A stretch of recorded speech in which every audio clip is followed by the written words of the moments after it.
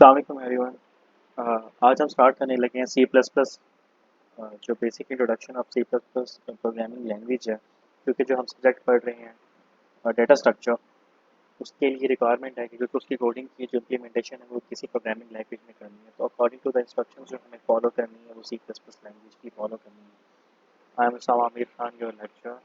तो आज हम स्टार्ट करेंगे बेसिक इंट्रोडक्शन से कि what is C plus plus, और इसके अलावा सी प्लस प्लस में हम सी प्लस प्लस के थ्रू क्या चीज़ें इम्प्लीमेंट कर सकते हैं, क्या चीज़ें डेवलप कर सकते हैं। उसके अलावा सी प्लस प्लस में कौन से प्रोग्रामिंग प्रोसीजर्स फॉलो होते हैं। सी प्लस प्लस के बेसिक जो इसके अलावा इसमें हम डिफरेंट फैक्टर्स यूज़ करते हैं वो कौन कौन से हैं। और उसके बाद हम डिस्कस करेंगे कोई कुछ बेसिक कोड्स जो कि बहुत ही सिंपल है बेसिक इंट्रोडक्शन के लिए। तो वो दूसरा ये कि मैंने ये कोर्स इस तरह से डिज़ाइन किया कि आपको समझने में काफ़ी आसानी हो सी प्लस प्लस कोडिंग हम किस तरह से करते हैं, और उनके जितने भी फैक्टर्स हैं ताकि वो आपको आसान से समझ आ सकें। तो स्टार्ट करते हैं हम बेसिक इंट्रोडक्शन से। So C plus plus is a powerful general purpose programming language, and it is powerful as well as a flexible language. So C++ हमारे पास एक्चुअली एक प्रोग्रामिंग लैंग्वेज है जिससे हम कंप्यूटर को कुछ समझाते हैं, उसको हम कुछ इंस्ट्रक्शंस फॉलो करने का कहते हैं। अब फॉर एग्जांपल अगर आप जर्मनी में जाते हैं पाकिस्तान से, तो आपको अगर आप वहाँ पे उर्दू बोलते हैं तो किसी भी जर्मन रेजिडेंट को समझ नहीं आएगी कि आप उससे क्या इंस्ट्रक्शन दे रहे हैं, क्या इन्फॉर्मेशन उसको देना चाह रहे हैं। तो उसके लिए आपको उन्हीं की लैंग्वेज में ही बोलना पड़ेगा। इसके अलावा अगर आप पाकिस्तान से यूएस जाते हैं तो आपको वहाँ पे इंग्लिश लैंग्वेज फॉलो करनी पड़ेगी। इसी तरह से अगर आप कंप्यूटर को अपनी मदर लैंग्वेज में कोई इंस्ट्रक्शन देते हैं तो उसको नहीं समझ आएगी कि आप उसे क्या इंस्ट्रक्शन दे रहे हैं। तो कंप्यूटर को इंस्ट्रक्शंस देने के लिए ऐसी लैंग्वेज यूज़ करनी पड़ती है जो कंप्यूटर खुद समझ सके। तो उसके लिए हमारे पास मल्टीपल प्रोग्रामिंग लैंग्वेज मौजूद है। तो हम उसमें से एक जो हमारे पास सी प्लस प्लस अवेलेबल है हम उसको यूज़ करेंगे। तो सी प्लस प्लस एक ऐसी लैंग्वेज है जो कि हम इंस्ट्रक्शंस देने के लिए कंप्यूटर को यूज़ करते हैं। अब हम सी प्लस प्लस के थ्रू क्या चीज़ें डेवलप कर सकते हैं। हम सी प्लस प्लस के थ्रू ऑपरेटिंग सिस्टम डेवलप कर सकते हैं। ऑपरेटिंग सिस्टम आपकी किसी भी इलेक्ट्रॉनिकल डिवाइस में जो भी ऑपरेटिंग सिस्टम अवेलेबल है उसको हम सी प्लस प्लस के थ्रू डिज़ाइन और डेवलप कर सकते हैं। आपके घर में एसी है, आपके पास सेल फोन्स हैं, आपके पास लैपटॉप्स हैं, इन सब के ऑपरेटिंग सिस्टम हम सी प्लस प्लस में डिज़ाइन कर सकते हैं। इसके अलावा ब्राउज़र्स हमारे पास अवेलेबल हैं जिसमें हमारे पास गूगल क्रोम है, फायरफॉक्स है, और इसके अलावा मल्टीपल ब्राउज़र्स जो हमें मार्केट में अवेलेबल मिलते हैं। तो उसकी जो कोडिंग है बेसिकली वो भी एक सी प्लस प्लस के थ्रू कर सकते हैं। और इसके अलावा आप जो मोबाइल फ़ोन्स में, इसके अलावा अपने लैपटॉप गेमिंग कंप्यूटर्स में जो आप गेम्स खेलते हैं उनकी डिज़ाइनिंग और उनकी कोडिंग भी सी प्लस प्लस में एक्सेसिबल है। आप सी प्लस प्लस के थ्रू उनकी डिज़ाइनिंग और कोडिंग भी कर सकते हैं। इसके अलावा C plus plus supports different ways of programming like. तो सी प्लस प्लस डिफरेंट उसमें प्रोग्रामिंग के तरीके हैं जिसमें हमारे पास प्रोसीजरल प्रोग्रामिंग होती है, हमारे पास ऑब्जेक्ट ओरिएंटेड प्रोग्रामिंग होती है, इसके अलावा हमारे पास फंक्शनल प्रोग्रामिंग होती है, और दूसरी भी काफ़ी काफ़ी प्रोग्रामिंग्स होती हैं जो प्रोग्रामिंग बेस होते हैं जिसको सी प्लस प्लस सपोर्ट करती है। तो हम इन प्रोग्रामिंग बेस पर डिस्कस करेंगे। So first of all, what is a procedural programming? Procedural programming uses a list of instructions to tell the computer what to do step by step. आप computer को instructions देते हैं इसमें कि आपने एक टास्क कंप्यूटर से परफॉर्म करवाना है। तो उस टास्क को परफॉर्म करवाने के लिए फॉर एग्जांपल 4 स्टेप्स हैं, तो आप उसको बारी बारी स्टेप्स फॉरवर्ड करवाएंगे कि पहले ये स्टेप करना है, फिर ये स्टेप करना है, फिर उसके बाद ये वाला स्टेप फॉलो करना है, और फोर्थ नंबर पे आपने ये काम करना है। अगर आप कंप्यूटर को चारों इंस्ट्रक्शंस इकट्ठे दे देंगे तो वो उसको फॉलो अप नहीं कर सकेगा कि मुझे फर्स्ट टास्क कौन सा परफॉर्म करना है, फिर मुझे कौन सा टास्क परफॉर्म करना है। तो कंप्यूटर को प्रोसीजर प्रोग्रामिंग में होता है कि हम उसको step by step task provide करते हैं, तो कंप्यूटर भी उसको स्टेप बाय स्टेप ऑपरेट करवा के आपके इंस्ट्रक्शंस को फॉलो ऑन करता है। और इसके अलावा हमारे पास दूसरी होती है फंक्शन प्रोग्रामिंग। फंक्शन प्रोग्रामिंग हम क्या करते हैं कि हम वो जो टास्क हमने प्रोवाइड किए होते हैं, अगर फॉर एग्जांपल उन टास्क टास्क के अंदर कोई म्यूचुअल एक रेलिवेंस है, रेलिवेंसी है, म्यूचुअल रेलिवेंसी, उसमें कुछ चीज़ें कॉमन है, तो हम उनको एक फंक्शंस में डिवेलप करके हम क्या करते हैं कि कंप्यूटर को वो फंक्शन प्रोवाइड कर देते हैं। तो कंप्यूटर समझ आता है कि ये चीज़ें मुझे दोबारा से इस टास्क को कंप्लीट करने के लिए दोबारा से ऑपरेट करवानी है। तो इस चीज़ों को समझने के लिए नेक्स्ट स्लाइड में कुछ एग्जांपल्स गिवन है। तो जब वो एग्जांपल्स कवर करेंगे तो आपको प्रोसीजर प्रोग्रामिंग और फंक्शन प्रोग्रामिंग का जो डिफरेंस है वो क्लियरली समझ आ जाएगा। तो फर्स्ट ऑफ ऑल हम एग्जांपल डिस्कस करते हैं प्रोसीजर प्रोग्रामिंग की। सो प्रोसीजर प्रोग्रामिंग में अब फॉर एग्जांपल मैं आपसे कहता हूँ कि आपने अपने सेल फ़ोन में एक एप्लीकेशन इंस्टॉल करनी है। तो आप सेल फ़ोन में एप्लीकेशन इंस्टॉल करने के लिए कुछ स्टेप्स को फॉलो करेंगे। फर्स्ट ऑफ ऑल आप अपना सेल फ़ोन अनलॉक करेंगे, उसके बाद उसको इंटरनेट से कनेक्ट करेंगे। थर्ड स्टेप पे आप प्ले स्टोर ओपन करेंगे और उसके बाद आप वो स्पेसिफिक ऐप जो भी आपकी रिकमेंडेड है आप वो इंस्टॉल करेंगे। तो ये 4 स्टेप आप स्टेप बाय स्टेप फॉलो करेंगे। अब ऐसा नहीं हो सकता कि आप जो है आप फ़ोन को अनलॉक किए बगैर बाकी सारे काम कर सकें, ये पॉसिबल नहीं है। तो आपको स्टेप बाय स्टेप ही इसको फॉलो ऑन करना पड़ेगा। अब फॉर एग्जांपल अगर हमने 2 ऐप्स इंस्टॉल करनी है, अगर मैं आपको प्रोसीजर प्रोग्रामिंग की थोड़ी कॉम्प्लेक्सिटी के बारे में बताता हूँ कि जिसमें हम इसको लाइक करते हैं, वो ये है कि जब हम प्रोसीजर प्रोग्रामिंग करते हैं तो हमारे पास number of steps different apps को इंस्टॉल करने के लिए बहुत ज़्यादा हो जाती हैं। तो जिसकी वजह से हमारा जो कोड है वो काफ़ी कॉम्प्लेक्स हो जाता है। वो किस तरह से, फॉर एग्जांपल मैंने आपसे कहा है कि आपने दो ऐप्स इंस्टॉल करनी है। तो उसके लिए जैसे आप स्टार्ट क्या करेंगे, आप फर्स्ट ऑफ ऑल पहले अपना सेल अनलॉक करेंगे, फिर कनेक्ट इंटरनेट करेंगे, फिर ओपन प्ले स्टोर करेंगे and then install the app number 1। आपने स्टेप्स फॉलो किए, उसके बाद आप दोबारा से वो स्टेप फॉलो करेंगे, unlock the cell phone, connect the internet, open the Play Store, install app 2। तो फॉर एग्जांपल आप समझ लें कि ये आपने एक कोड बना ली है इस तरह से इन स्टेप्स से। तो इस कोड में देखें कि हमने बार बार वो चीज़ें रिपीट की हैं। तो इससे एक तो ये होता है कि हमारे पास एक तो कोड हमारा बहुत ज़्यादा लेंथी बन जाता है, और इसमें हमारे पास क्या होता है कि कोड की ऑपरेटिंग टाइम है वो काफ़ी ज़्यादा हमारा सिस्टम लेता है उसको ऑपरेट करवाने के लिए, क्योंकि हमारा कोड की लेंथ ज़्यादा होती है। अब दूसरा हमारे पास आता है फंक्शनल प्रोसीजर। प्रोसीजर प्रोग्रामिंग के बाद हम आती है फंक्शनल प्रोग्रामिंग।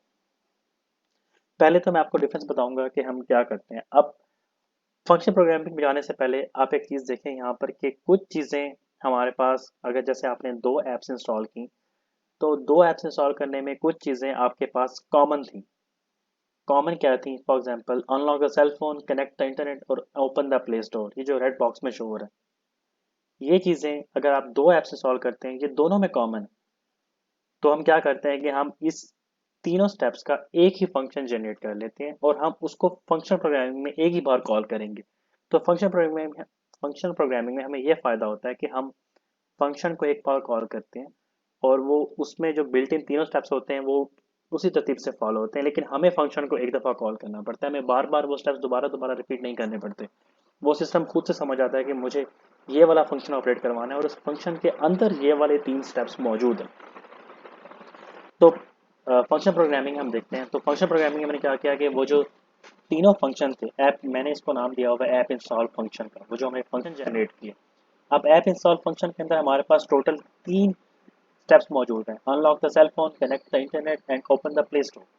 तो ये तीनों फंक्शंस जो हैं हमारे पास ऐप इंस्टॉल फंक्शन के अंदर मर्ज हो चुके हैं। अब मैं क्या करूँगा कि अब मैं एक ही फंक्शन को ही डायरेक्ट कॉल करूँगा, ऐप इंस्टॉल फंक्शन, जिसमें वो तीनों स्टेप्स हैं, और उसके बाद डायरेक्ट फोर्थ स्टेप मेरा क्या होगा, इंस्टॉल दी ऐप। इसी तरह से अब मैं आपको एग्जांपल कंपैरिजन में दिखाता हूँ कि जैसे प्रोसीजरल प्रोग्रामिंग में हमने 2 ऐप्स इंस्टॉल की थी, तो अगर हम फंक्शन प्रोग्रामिंग में 2 ऐप्स इंस्टॉल करते हैं तो उसमें हमारे पास कोड इस तरह का होगा कि हम क्या करेंगे कि हम ऐप इंस्टॉल फंक्शन को कॉल करेंगे, फिर वो एक इंस्टॉल, फिर उसके बाद हम उसको इंस्ट्रक्शन देंगे इंस्टॉल दी ऐप 1। तो ये हमारे पास एक ऐप इंस्टॉल करने के लिए प्रॉपर कोड हो गया। उसके बाद हम दोबारा से ऐप इंस्टॉल फंक्शन कॉल करेंगे, उसके बाद हम उसको इंस्ट्रक्शन देंगे इंस्टॉल दी ऐप 2। मतलब अगर हम प्रोसीजर प्रोग्रामिंग के फॉर्मेशन में देखें तो यहाँ पे कोड कितना हमारा स्मॉल हो चुका हुआ है बनस्पत हमारे प्रोसीजर प्रोग्रामिंग की। तो फंक्शन प्रोग्रामिंग जो है वो हमें थोड़ा सा एड इस सिनेरियो में देती है कि हमारा जो कोड है वो काफ़ी हद तक मर्ज हो चुका होता है। तो आई थिंक यहाँ से क्लियर हो चुका होगा कि प्रोसीजर प्रोग्रामिंग और फंक्शन प्रोग्रामिंग में डिफरेंस कहाँ पे आता है। तो अब हम डिस्कस करते हैं C plus plus variables. In programming a variable is a container storage area to hold the data. So variable for example हम जैसे मैथ्स में पढ़ते हैं ए इज इक्वल टू कोई भी हमारे पास डिजिट होता है 15, मतलब ए हमारे पास वेरिएबल है जिसको हमने एक स्पेसिफिक फिगर असाइन किया है 15 का। तो इसी तरह से हमारे पास कोडिंग लैंग्वेज में भी हमारे पास वेरिएबल्स होते हैं। आपने कोई भी डेटा असाइन करना है तो आपको तो उसको एक वेरिएबल को असाइन करना होता है। तो तो वो वेरिएबल जो है वो आपका स्पेसिफिक डाटा अपने पास स्टोर कर लेता है। आप दोबारा जब भी, फॉर एग्जांपल मैं स्टोर करता हूँ a इज इक्वल टू 15, तो मैं जब भी दोबारा से a को रिकॉल करूँगा तो वो कंप्यूटर लैंग्वेज समझ जाएगी कि a की जो वैल्यू है वो 15 है। तो इसलिए हम इस तरह से एक कंटेनर के तौर पे हम वेरिएबल्स को चूज करते हैं अपना डाटा रिकॉल करने के लिए। Okay, to indicate the storage area each variable should be given a unique name identifier. जैसे मैंने अभी डिस्कस किया कि हम एक 15 डिजिट आपने स्टोर करना है तो आपको उसको एक वेरिएबल में स्टोर करना होगा, that is a. So A is the identifier कि जो आइडेंटिफाई करता है कि ए के अंदर 15, आपने आप अपनी तरफ से कोई भी नाम दे सकते हैं उसको, आप उसको बी दे सकते हैं, सी दे सकते हैं, लेकिन आपको खुद पता होना चाहिए कि मैंने 15 की वैल्यू किस वेरिएबल में स्टोर की है। और ए जो खुद है वो आइडेंटिफायर है, वो आइडेंटिफाई करता है कि मेरे अंदर 15 स्टोर है। एग्जाम्पल लेते हैं, अब कोडिंग हम लिखते हैं int age 14, I N T, that is called integer. क्योंकि 14 एक इंटीजर है तो हमें कोडिंग में इंट लिखना पड़ता है ये डिस्क्राइब करने के लिए, कंप्यूटर को समझाने के लिए कि ये इंटीजर की वैल्यू है। तो एज एक मैंने फॉर एग्जांपल किसी की एज है जो कि मैंने 14 एक सेव करवानी है, तो मैंने इसलिए लिखा int age is equal to 14। तो मेरे पास एज एक वेरिएबल है, उसमें मेरे पास 14 सेव हो गया। एज एक्चुअली आइडेंटिफायर उसका एज है, मतलब मैं जब भी एज को रिकॉल करूँगा वो 14 की वैल्यू वहाँ पे आइडेंटिफाई करेगा। तो ये एज इज इक्वल टू 14 एक पूरा हमने वेरिएबल इनिशिएट करवा दिया। So int is the type of data, age is the identifier, 14 is the date to be save, या इसको हम लिटरल भी कहते हैं। सो लिटल्स क्या होता है? Literals are the data used for representing fixed values that can directly use in the course, that can be directly used in the course। अब आपने जैसे हमारे लिटल्स की डिफरेंट टाइप्स है हमारे पास, इंट, फ्लोट, कैरेक्टर। अब इसको समझने के लिए हम एग्जांपल्स की तरफ जाते हैं तो वहाँ से ज़्यादा क्लियर हो जाए कि लिटल्स एक्चुअली होते क्या। तो अगर हम इंटीजर्स को देखते हैं, आपने कोई डाटा सेव करना है, 3, 4, 5, 67, 89, ये एक इंटीजर्स है, मतलब कंप्लीट नंबर, होल नंबर है। तो इनको सेव करने के लिए आप इंट का लिटरल यूज़ करते हैं कि ये कंप्लीट नंबर्स हैं तो उसको लिए आप इंट यूज़ करेंगे। अब फ्लॉट, फ्लॉट क्या चीज़ है? अगर आपने फ्रैक्शनल में या एक्सपोनेंट में कुछ नंबर सेव करने हैं तो आप उसके लिए फ्लॉट की कमांड यूज़ करते हैं। अब फॉर एग्जांपल 3.5 है, 4.5 है, और 5 raise to power 5 multiply by 10 raise to power 4, ये आप यूज़ कर सकते हैं। मतलब एक्सपोनेंट्स की भी वैल्यू की आप अगर आपने सेव करवानी है किसी वेरिएबल में तो आप उसके लिए प्लॉट की कमांड यूज़ करेंगे। और अगर आपने एक होल नंबर जैसे 4, 5, 67 तो आप उसके लिए इंटीजर की कमांड यूज़ करेंगे। और तीसरा हमारे पास कैरेक्टर्स है। अगर आपने कोई कैरेक्टर इनिशिएट करवाना है जो कुछ भी हो सकता है, ए एम टू, किसी का नेम भी हो सकता है, तो वो कैरेक्टर जो है वो आप कैरेक्टर की कमांड के थ्रू, CHAR के थ्रू आप उससे वो करवाएंगे। ये यहाँ पे गलत लिखा हुआ है, इंटीजर्स नहीं, ये कैरेक्टर्स है। तो आप जब भी वेरिएबल को किसी भी चीज़ को एक वेरिएबल, किसी भी कांस्टेंट वैल्यू को किसी भी वैल्यू को कोई वेरिएबल असाइन करते हैं तो उस वेरिएबल को असाइन करने के कुछ रूल्स होते हैं, वो हमें फॉलो करने पड़ते हैं। तो उससे ये होता है कि एक तो हमारी अपनी अंडरस्टैंडिंग क्लियर होती है, हमें समझ आता है कि हमने क्या की, और दूसरा ये है कि कंप्यूटर को समझने में भी आसानी होती है। So a variable name can only have an alphabet, number and the underscore. Variable name में सिर्फ अल्फाबेट या नंबर या अंडरस्कोर हो सकता है, इसके अलावा आपके कोई क्वेश्चन मार्क, कोई आपका दूसरा कोई साइन, इस तरह के कोई डॉलर साइन, इस तरह के साइन वेरिएबल में को आप असाइन नहीं कर सकते। Second thing, variable name can not begin with a number. Variable for example मैं एक वेरिएबल चूज, जैसे मैंने अभी पीछे वेरिएबल लिया एज इज इक्वल टू 15 या 14 जो भी था। अब मैं एक वेरिएबल का नाम रख देता हूँ 5 एज इज इक्वल टू 14। तो 5 एज ये वेरिएबल ठीक नहीं है, कंप्यूटर इसको एक्सेप्ट नहीं करेगा, वो एरर कोड शो करेगा। तो वेरिएबल कभी भी नंबर से स्टार्ट नहीं होता। Variable name can not begin with an upper case letter. Upper case letter से भी आप उसको कैपिटल ए कैपिटल बी से भी आप उसको नहीं मेंशन कर सकते। अब वहाँ पे आप जैसे एज इज इक्वल टू 14 था, अब ए वहाँ पे आप कैपिटल नहीं लगा सकते, कंप्यूटर उसको एक्सेप्ट नहीं करेगा।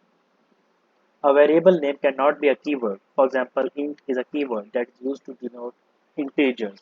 अब कुछ ऐसे वर्ड्स हैं जैसे int, इंटीजर कोडिंग, जो हमारी लैंग्वेज है उसको समझ आता है कि यार यहाँ पे इंटीजर्स को डिस्कस किया जा रहा है, तो आप किसी भी वेरिएबल को इंट का नाम नहीं दे सकते क्योंकि कोड जो हमारा प्रोग्रामिंग लैंग्वेज है वो कंप्यूटर को ये समझेगा कि ये इंट का जिक्र हो रहा है, लेकिन आपने अपनी तरफ से वेरिएबल का नाम दिया, लेकिन आप इंट क्योंकि उस प्रोग्रामिंग लैंग्वेज की इंस्ट्रक्शंस दे रहे हैं, ये बेसिकली इंस्ट्रक्शंस देने के लिए ये आप इसको एज अ वेरिएबल डिफाइन नहीं कर सकते। उसके बाद a variable name can start with an underscore, however it is not considered as good practice। आप उसको अंडरस्कोर से स्टार्ट कर सकते हैं, लेकिन ये गुड प्रैक्टिस नहीं है। So now let's start with the basic programming interface for C plus plus. अब हम स्टार्ट करते हैं बेसिक प्रोग्रामिंग इंटरफेस से कि जब हम स्टार्ट करते हैं, जब हम एक सी प्लस प्लस के जो सॉफ्टवेयर उसको ओपन करते हैं तो उसमें हमारे पास किस तरह का इंटरफेस शो होता है।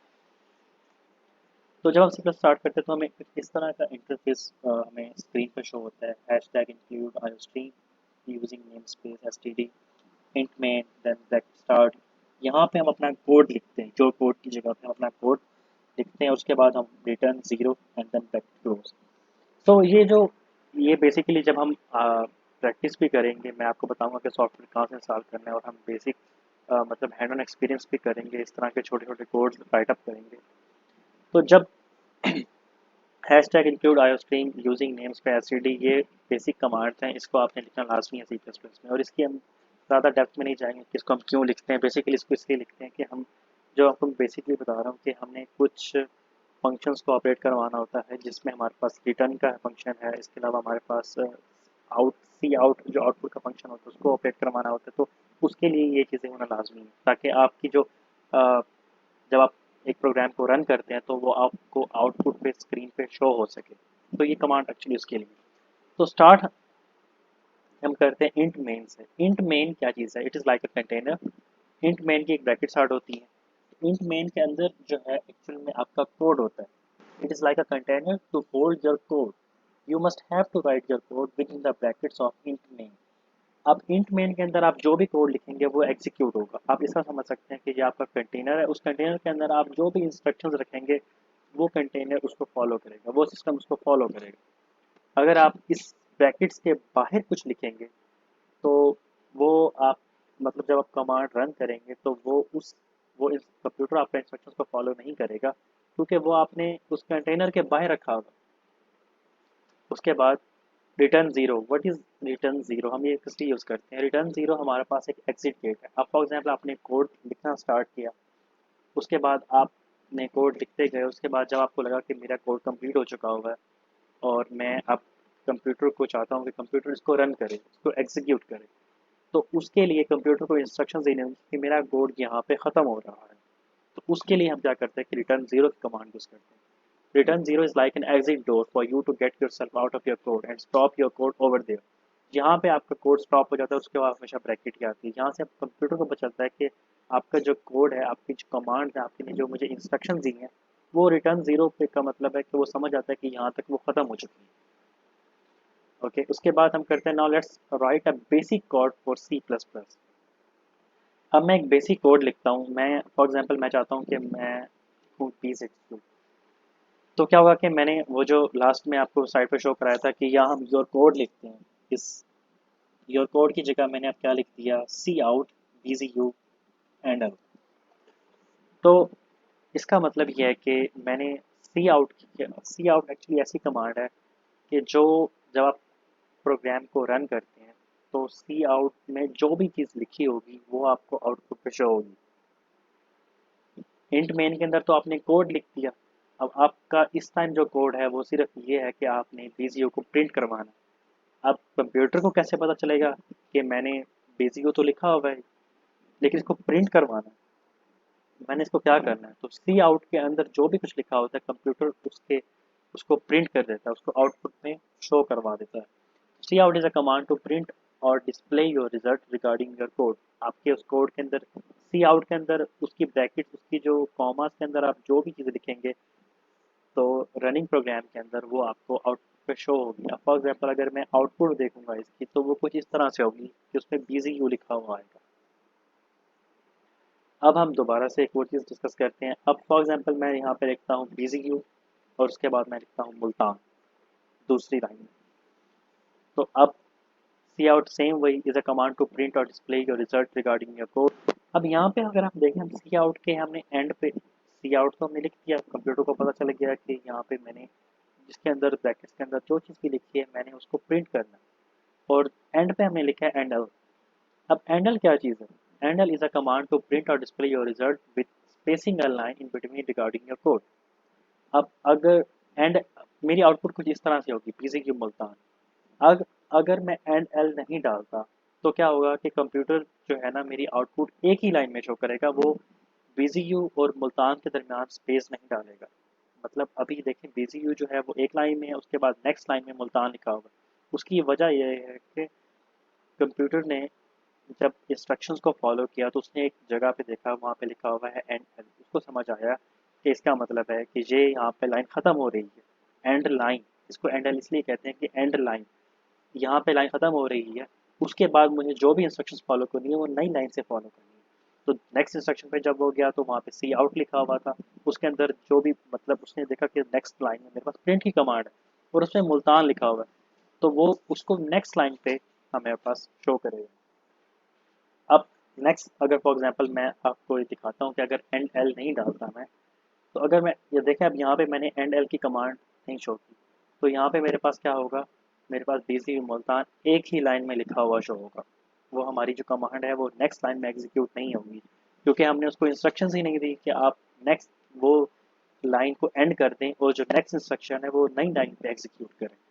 तो एंड एल का मतलब ये है कि आपने वो लाइन वहाँ पे टर्मिनेट कर दी है, उसके बाद जो इंस्ट्रक्शंस फॉलो की जाएंगी वो नेक्स्ट लाइन पे फॉरवर्ड होंगी। Okay, now let's make a message with cout command for C plus plus. अब फॉर एग्जांपल मैं एक मैसेज टाइप करता हूँ सी आउट कमांड पे, जिसमें मैं लिखता हूँ सी आउट बाय, फिर इसके बाद नेक्स्ट लाइन में एंड एल डाला। इसका मतलब है कि वो लाइन वहाँ पे ख़त्म हो चुकी है। उसके बाद मैंने फिर नेक्स्ट प्रिंट करवाने के लिए नेम, फिर एंड लाइन की कमांड दी।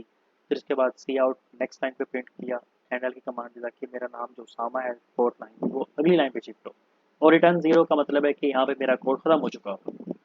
तो मेरे पास जो आउटपुट होगी वो कुछ इस तरह की होगी, माई नेम इज उसामा, चारों वेरिएबल्स अलग अलग लाइन में होंगे। अब मैं दोबारा से यहाँ पे दिखाता हूँ कि अगर मैं ये एंड एल की लाइन ख़त्म कर देता हूँ, एंड लाइन की जो कमांड है वो मैं ख़त्म कर देता हूँ, और मैंने आप देखें कि हर वर्ड के आगे जो मैंने आप प्रिंट करवाने हैं माई नेम इज उसामा, मैंने इसके आगे एक लाइन लगाई है उसामा के अलावा। तो अब जो मेरे पास आउटपुट होगी वो कुछ इस तरह से होगी, माई नेम इज उसामा, वो एक ही लाइन में एग्जीक्यूट होगा।